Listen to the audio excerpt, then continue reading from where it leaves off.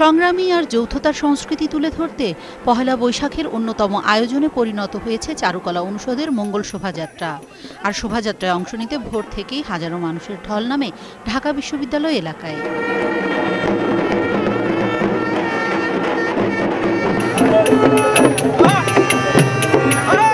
আবহমান বাংলার ধারক হিসেবে এবারের শোভাযাত্রায় ছিল পায়রা, ময়ূর, কাকাতুয়া, হাতি, বাঘ। আর প্রধান মোটিভ ছিল ২০ ফুট উঁচু বিশাল হাত, যা অপশক্তির বিরুদ্ধে লড়াইয়ের প্রতীক হিসেবে প্রকাশ করা হয়। বিজ্ঞান লেখক অভিজিৎ রায় ও ব্লগার ওয়াসিকুর রহমান বাবুর হত্যার বিষয়টি প্রাধান্য দিয়ে আরও অসংখ্য মোটিভ ছিল শোভাযাত্রায়। মঙ্গল শোভাযাত্রার মাধ্যমে আমরা মানবতার মঙ্গল কামনা করি, বিশ্ববাসীর মঙ্গল কামনা করি। দেশের আপামর জনগণের মধ্যে আলো সঞ্চারিত করতে হবে।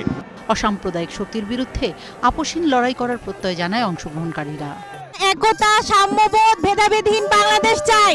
এই যে মঙ্গল শোভাযাত্রার আপনি যা দেখছেন, সিম্বলিক একটা ব্যাপার। এই হাত আমরা আশা করি এইভাবে আমরা সম্মান রক্ষা করব। যুব সমাজের মধ্যে আরো অনুপ্রেরণা দিচ্ছে। এখানে এসে ভালোই লাগছে। দিনটাতে আমরা মনে করি যে হচ্ছে সবকিছু মিলিয়ে আমাদের দেশের সংস্কৃতিটা আর কি প্রকাশ পায়। প্রজন্ম থেকে প্রজন্ম বাঙালি সংস্কৃতি যেন অবিকৃত, তাই শিশুরাও বাদ পড়েনি এই শোভাযাত্রায়। অনেক মজা লেগেছে। আমরা যতদিন বেঁচে থাকবো আমাদের এই যে বাঙালিয়ানা কালচার, এটা বেঁচে থাকবে। আমরা যদি না নিই তারা কিভাবে শিখবে?